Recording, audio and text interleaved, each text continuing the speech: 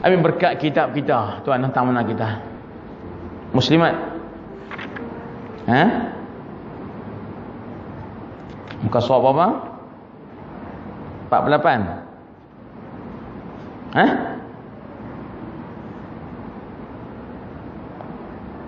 48 lah. Yang mana? Yang ke-6. Baik tuan-tuan dan puan sekalian, idaman penuntut juzuk yang pertama, Jawi muka surat 48. Jawi muka surat 48. Kata guru kita yang mulia rahimahullahu ta'ala, ke-6, mengetahui rukun-rukun sembahyang dan cara-caranya. Dalam perkara menghadap kiblat, hendaklah seluruh badannya, terutama dada, bertentang menghadap dengan Kaabah dengan yakin jika sembahyang berdekatan dengan Kaabah, atau menghadap secara zan, secara sangka, kata betul, menghadap kiblat jika sembahyang jauh daripada Kaabah. Cara mengetahuinya kiblat yang lebih senang ialah ambil sebuah kompas yang elok, betulkan jarumnya tepat ke utara, kemudian halalkan badan kompas tadi, tuan-tuan peganglah ke darjah 293. Halalkan badan kita ni ke darjah 293. Itulah kiblat bagi mereka yang ada di bumi Malaysia ini. Harus meninggalkan kiblat, sama ada sembahyang fardu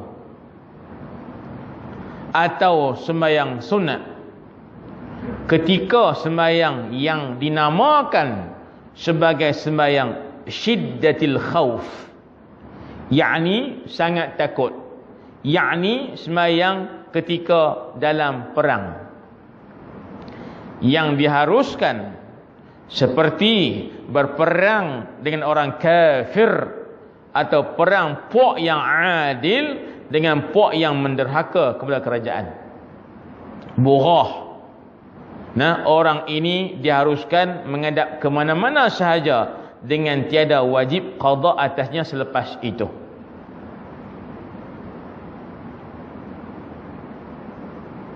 Habis sikit lagi. Dan harus juga meninggalkan menghadap kiblat pada sembahyang sunat dalam perjalanan yang harus, meskipun tidak jauh, yakni tidak sampai satu marhalah, tetapi kenalah ia menghadap ke mana tempat dia hendak pergi dan tidak harus berpaling ke lain melainkan kepada kiblat sahaja. Tuan-tuan, ini syarat yang ke-6. Syarat yang ke-6 dan huraian kepada syarat ke-4 menghadap kiblat. Baik, tajuk besar ialah salat. Tajuk kecil ialah syarat-syarat sah salat. Supaya salat kita ni hukumnya sah, lulus pada syarat. Makna sah ni ialah tak payah buat lain, tak payah buat semula. Maka ada tuan-tuan 6 syarat. 1, 2, 3, 4, 5 dah baca. Dan malam ni yang ke-6 ialah syaratnya mengetahui rukun-rukun sembahyang dan cara-caranya. Ataupun setengah kitab kata tahu cara sembahyang.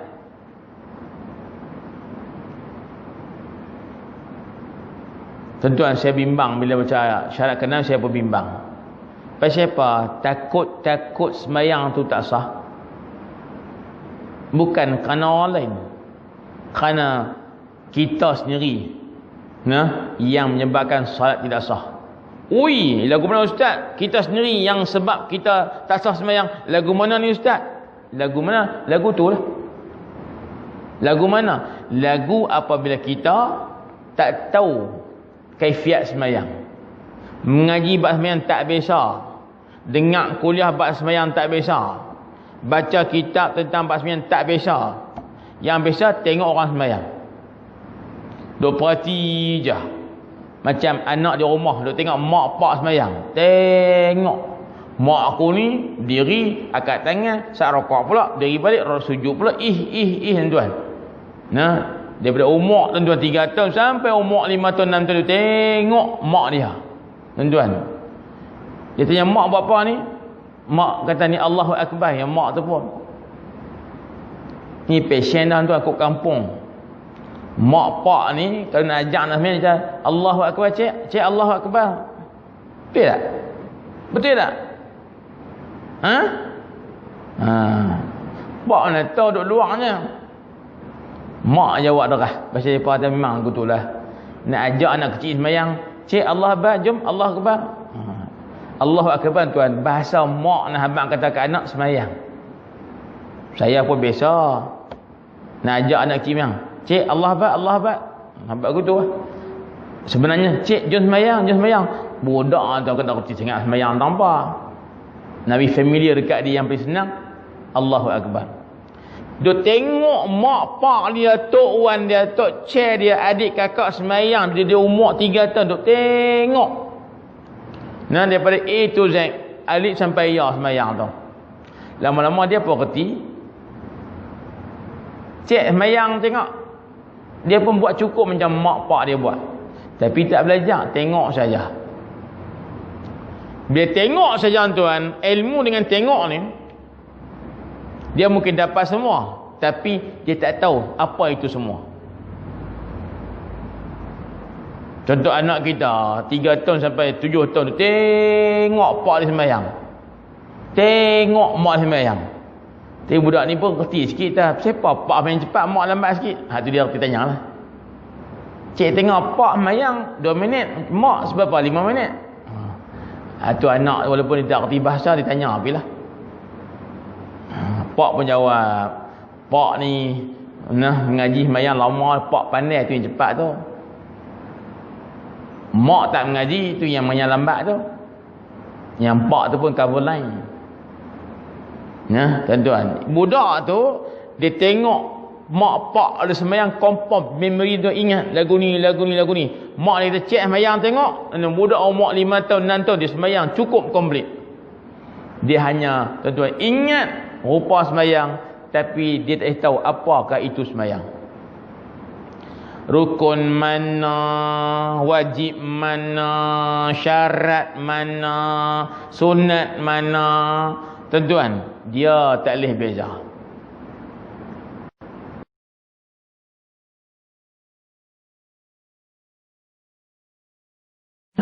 Kadang-kadang orang nampak macam tuan tak faham juga. Mudah antaranya apa hukum angkat tangan semasa takbir yang awal itu. Senang dia jawab. Angkat. Kau tak angkat tak sah. Pasal apa tak sah? Sebab tak angkat tangan. Pasal apa tak tu? Sebab tu imam yang angkat tangan untuk bila apa untuk siap. Tentu ada demi hukum macam tu. Walhal angkat tu bukanlah rukun. Angkat tu sunat sahaja. Dia jawab macam ni sebab dia tidak mengaji satu ataupun mengaji tapi lupa. Pesanan yang kedua, yang dah mengaji pun mainlah ulang kaji balik. Tuan-tuan, sebab lupa tu tuan-tuan jarang jauh pada kita.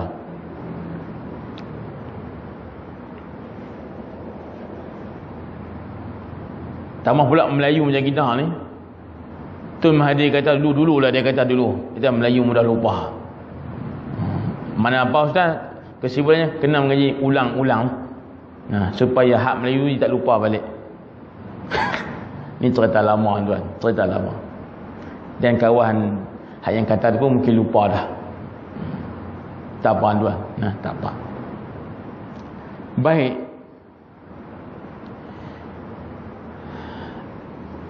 Situasi dia tak mengaji bab sembahyang dan sembahyangnya tidak sah.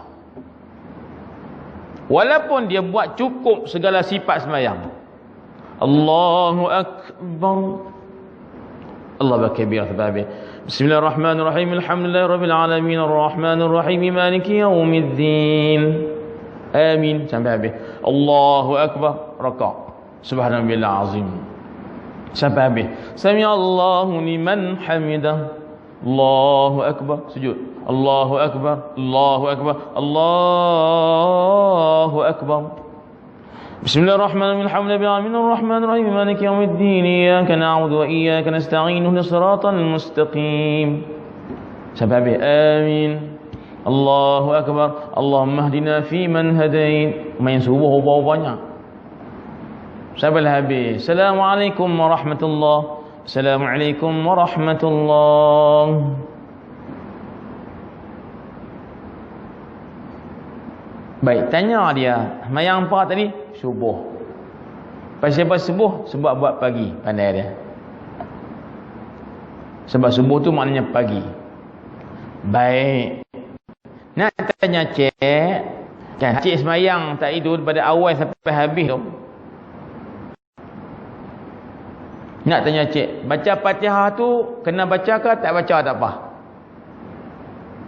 Cik baca tadi, betul. Tapi kau tak baca boleh tak? Oh, tak baca tak apa kok, ikut rajin. Dia buat lagu tu. Tapi dia baca, cuma dia kata tak baca tak apa kot. Sebab apa dia? Kalau kita ni masuk sembahyang lambat, tiba-tiba merokok, kita rokok tu je. Kita tak baca Fatihah pun, man tak baca tak apa kot. Dia faham macam tu. Maknanya yang rukun, dia faham pada hatinya tak baca tak apa. Dia tak baca tak apa, dia telah mendowngrade Fatihah tu daripada rukun kepada bukan rukun. Nah ya.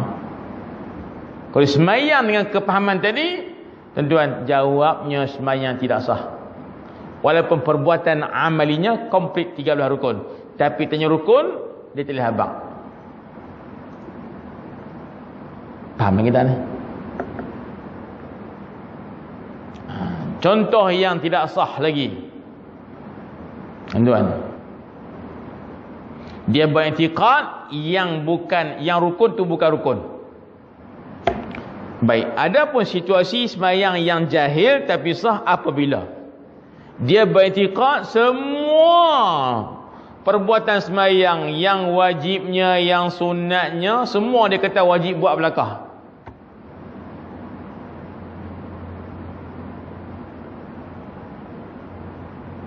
Kita tanya dia, apa hukum baca Fatihah? Wajib baca. Betul tak? Betul. Tanya lagi, apa hukum baca surah lepas Fatihah? Dia tak kena baca. Betul tak? Tak baca boleh? Tak boleh, kena baca. Pasal apa? Duk perhati lama dia kata, orang pakai baca surah lepas Fatihah. Kita kena baca surah. Tanya lagi, apa hukum rakaat? Wajib. Tak rakaat? Tak boleh, kena rakaat. Betul. Apa hukum baca subhana rabbil azim na rakaat? Dia tak kena baca. Kau tak baca, tak boleh, kena baca. Bagi dia tuan-tuan sekalian, hak dalam sembahyang tu semua wajib belakang. Itu makna apa? Makna apa? Makna apa? Makna apa? Makna jahil lah. Kalau Kedah kasih angin mana bodoh lah tu. Orang Kedah teruk tuan bahasa dia. Tapi bagi dia lembut habis meter. Bodoh piang dia kata. Awak hak sunat pun wajib belakang. Dia kata aku tu. Tak mengaji punya pasal. Tapi orang yang macam ni tuan, walaupun dia patah untung sabut timbul nah, untung batu tenggelam, dia ni walaupun tak mengaji sepatah haram, dia sembahyang cukup sifat, dia semua bagi dia wajib buat belakang. Fatihah wajib, baca surah pun wajib, baca zikir dan sujud pun wajib, duduk tahiyat akhir, duduk tahiyat awal pun wajib, tahiyat awal wajib, bagi dia wajib belakang. Baca zikir na rabbi fali antara dua sujud pun wajib, dia faham lagu tu. Kau tak buat tak boleh, kena buat. Tuan-tuan, untungnya sembahyang sah juga.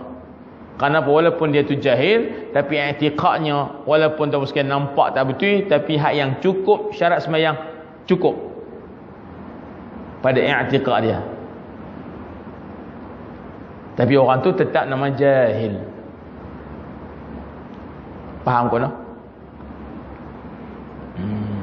Baik, tuan-tuan bos sekalian. Tapi yang tu untung dia tetap sah. Bila kita kata lagu tu, ada orang kata, ustaz kalau macam tu tak ada mengaji, tak apa. Awak sah juga. Betul lah. Tapi tuan-tuan, i'tiqadnya betul secara kebetulan. Bukan betul-betul betul. Betul secara kebetulan. Tapi bukan betul yang betul-betul. No, tuan-tuan. Ini saya doa abang sangat. Saya ulang lagi tuan. Sama-samalah kita tuan. Langkah tuan-tuan. Kaki kita ni main dengar juga cerita bab sembahyang ni.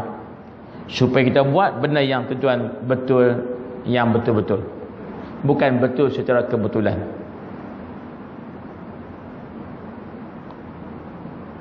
Baik. Kalau orang yang ketiga pula, dia buat semua sembahyang. A to Z. Kita tanya dia, apa hukum baca Fatihah? Tak baca tak apa, baca tak apa. Apa hukum rokok? Rokok tak apa, tak rokok tak apa. Apa hukum berdiri ketika baca Fatihah? Diri tak apa, tak berdiri tak apa. Apa hukum takbir ihram yang awal tu? Takbir tak apa, tak takbir tak apa. Dia pilih kata tak apa belakang. Apa hukum tahiyat akhir? Baca tak apa, tak baca tak apa. Apa hukum bagi salam tak? Dia kata salam tak apa, tak salam ikut suka. Dia pergi jawab lagu tu. Tapi tang dia buat semua. Tuan-tuan, sembahyang dia confirm tidak sah. Kerana dia buat tu secara apa? Secara sukarela. Bukan sebagai rukun sembahyang. Bukan sebagai wajib sembahyang, tapi saja buat. Maka tuan-tuan sekalian, batallah sembahyangnya ketika itu. Baik tuan-tuan. Baca sebaris tu lah kita tuan-tuan. Nak pergi jauh tak lepas dah. Lepas tengok pukul 9.55. Boleh baca tuan-tuan. Dia dengar PM umum hari tahu saja kesot sikit lah. Hari ni pula ada pula pengumuman pukul 11 pagi tadi tuan. Campak pukul 6 kemarin, campak pukul 11 pagi tadi, kita pun tiawai sikit. Pengumuman Perdana Menteri tu. Pukul 6 kemarin sekali, pukul 11 sini campur-campur dua, kita pun tiawai sikit. Itu cara kira dia. Cara kira nak berhenti kuliah senang saja. Pukul berapa? Campak dia gini. Yang PM umum petang mari pukul 6 1, campak pukul 11 pagi tadi, campak-campak tu akhirnya berhenti awal sikit. Ini cara nak kira dia. Tuan-tuan tahu kan makna di sebalik tu. Tuan-tuan, jadi apa-apa kita mengharapkan ada kebaikan di sebalik setiap tindakan itu. Walaupun mungkin ada pro dan kontra, ada orang sudah setuju sebagainya, tuan-tuan, itu terpulang. Tapi kita tahu selama-lamanya kita pun tuan-tuan duduk tang zaman bila, zaman siapa pun, kita mudah saja apa kerajaan kata kita ikut. Sujud tajuk cerita lain. Sujud tang pelihaya pangkah tak pangkah cerita lain. Tapi jadi kerajaan kata apa kita ikut. Itu biasalah. Kita diajak lagu tu. Faham kita ni? Kita diajak macam tu. Kerana kata kaedah hukmul hakimi yarfa'ul khilafah. Keputusan kerajaan boleh mengangkat perbalahan. A kata lagu ni, B kata lagu tu, kerajaan buat keputusan, diam, ikut saja. Walaupun B tak setuju kerajaan yang ada ni, sebab dia pangkah orang lain satu ni. Tapi dah kawan tu menang majoriti, sebut menang jadi ada orang marah kita pula, ustaz hak menang orang lain tapi hak ni orang lain. Dalam siapa suruh piduk punggah rumah. Ini cerita lama lah. Orang bagi rumah elok piduk punggah. Lepas tu orang buat rumah baru marah pula. Dia kata tu tajuk lain, tu tajuk lama ambil pian tuan. Tajuk baru tunggu pihaya pula lah. Tak apa, tutup buku yang tu. Tapi saya nak nasihat untuk saya lah dan semua yang ada, termasuk orang politik. Nak masuk politik mesti niat kerana Allah Ta'ala, untuk agama dan negara dan tuan, ummah, bukan untuk diri sendiri. Kita yakin mana orang politik masa dia cebur mula-mula tu memang kerana Allah. Khidmat untuk negara, khidmat untuk agama, itu standard. Tuan-tuan, bila ada kuasa, ini ujian untuk kita. Bila kita berkhidmat lama, lagi-lagi lah ujian. Kita rasa kita banyak bakti jasa kita, dan akhirnya kita rasa macam kita patut ambil. Rasa patut ambil. Sebab banyak dah kubah untuk rakyat ni. Mereka pun senang lenang dengan kita punya dasar polisi. Jadi kita rasa kita banyak jasa, kita rasa kita patut ambil sikit. Sudah tuan mula nak duduk ujian kuasa dengan wang. Akhirnya berlaku apa berlaku, pum, tuan-tuan, salah laku sebagainya, walaupun cara berlapik kata lapik kan apa sekalian, akhirnya pum, jatuh kerajaan tadi. Pum, tuan-tuan, tiba-tiba nak masuk ke mahkamah, mula ujian lagi. Aku dulu nombor 1. Kemudian pula banyak jasa pada negara. Kemudian pula aku ni jatuh kerajaan. Kemudian pula ada dakwah kata aku ni gini-gini. Contoh, malu nak tak muka tak mana. Dan akhirnya berlakulah percaturan. Siapa yang boleh buang kes saya di mahkamah, saya akan sokong dia. Lebih kurang macam itulah ujian, tuan-tuan sekalian. Akhirnya porak-poranda juga politik ni. Pasal apa? Kepentingan diri mengatasi kepentingan negara. Nak masuk politik, kena nawai tu aku dulu. Kalau rasa tak lepas hati, jadi pengundi cukup. Jadi pengundi saja. Masa kedekut lagi, jangan jadi ahli. Balik kena bayar iuran juga tahunan. Tuan-tuan, pasal apa saya kata? Takut tuan-tuan kita tak mampu dengan amanah dan tanggungjawab agama ni. Tapi kewujudan pemerintah dalam sebuah negara adalah kewajipan agama. Kalau negara kita kosong, tak ada ketua negara, tuan-tuan, berdosa satu negara. Alhamdulillah, negara kita ada ketua negara yang di-Pertuan Agong. Ada ketua eksekutif, tuan-tuan, menteri dan kabinet sebagai contoh. Wakil kerajaan. Tapi biarlah nawai itu kita kerana menjaga, tuan-tuan, agama, negara, ummah. Kalau bertembung kebaikan ramai dengan diri sendiri, ketepikan diri sendiri, utamakan masalah negara. Orang kata apa? Kalau takut di lambung bandai, jangan buat rumah tepi pantai. Tuan-tuan, kau takut bini marah dia kan, sebab kahwin seorang lagi, kahwinlah di Tai, dia kata. Itu antara perumpamaan dia babakkan lah. Kalau kamu tak berani lambung badai, jangan dibawa rumah tepi pantai. Kau tak berani berkeling dengan bini rumah, jangan kahwin, tuan. Di sini kahwin di Tai. Dia babak perumpamaan macam tu. Itu melawak sahaja. Tapi musim PKB pakat tepuk daya. Nak pergi Syam pun tak boleh. Tepuk daya ke rumah. Baik, cukup setakat, tuan-tuan. InsyaAllah bertemu semula pada bulan hadapan jika diizinkan, dan kita mendoakan kepada Allah Subhanahu wa taala agar wabak dan tuan-tuan segala kemudaratan yang ada ini diangkat oleh Allah taala secara total biiznillah azza wa jalla. Semoga alam ini, tuan, kembali makmur seperti biasa. Dan virus ini pada kepahaman kita yang sahihah, tuan-tuan, ialah ujian daripada Allah, bala daripada Allah dengan mata-mata orang yang beriman, untuk kita boleh timbulkan ketakwaan di sebalik corona ini. Dan dia tidak kaitan dengan konspirasi. Tidak ada kaitan dengan konspirasi. Sahabat lagu itulah. Dan vaksin pun tak ada kaitan dengan Dajjal pun. Ialah vaksin. Reka tu habang orang nak ketiak supaya sembuh. Tak sembuh tak lain. Tentu pening bala kan, bini kita makan Panadol. Kita pun telan ada biji, tuan. Pasal apa? Kita ikhtiar sahaja. Telan-telan lega, alhamdulillah. Telan-telan tak lega, bini kita telan lagi, tuan. Telan pula 2 biji. Tak lega, telan itu 6 biji dah habis papan, tak lega juga. Tuan, itu bukan salah kita. Itulah ikhtiar usaha sahaja. Ada orang dah kata, ustaz, vaksin confirm lega ke? Memang. Makan nasi pun belum tentu kenyang. Mandi pun belum tentu basah. Tidur pun belum tentu lena. Tapi kalau khutbah, insya-Allah lena. Melawak dia.